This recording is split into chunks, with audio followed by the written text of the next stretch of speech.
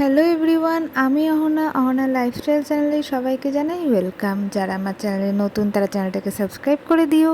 Video ভালো লাগলে like comment share করতে ভুলো না কিন্তু। আজকে আমার রেসিপি নারকেল নাড়ু। নারকেল নাড়ু বানানোর জন্য প্রথমে আমরা কড়াইয়ের মধ্যে দুধ দিয়ে দেব। তারপর এখানে আমি 2 কাপ চিনি ব্যবহার করছি। এই দুধের সাথে চিনিটা খুব ভালো করে মিশিয়ে নেব, তাতে নাড়ুর টেস্টটা আরও বেশি বেড়ে যায়। তারপর এখানে আমরা দেব কোরানো নারকেল। নারকেলটা আমার মা আগে থেকেই কুড়িয়ে রেখেছিল।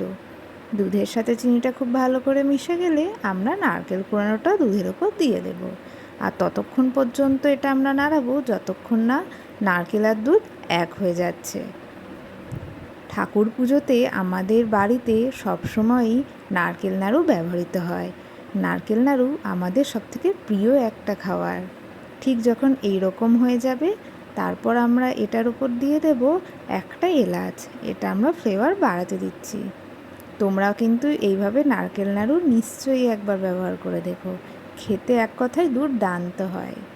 তারপর হাতের সাহায্যে নাড়ুগুলোকে গোল গোল করে পাকালেই তৈরি আমাদের নারকেল নাড়ু।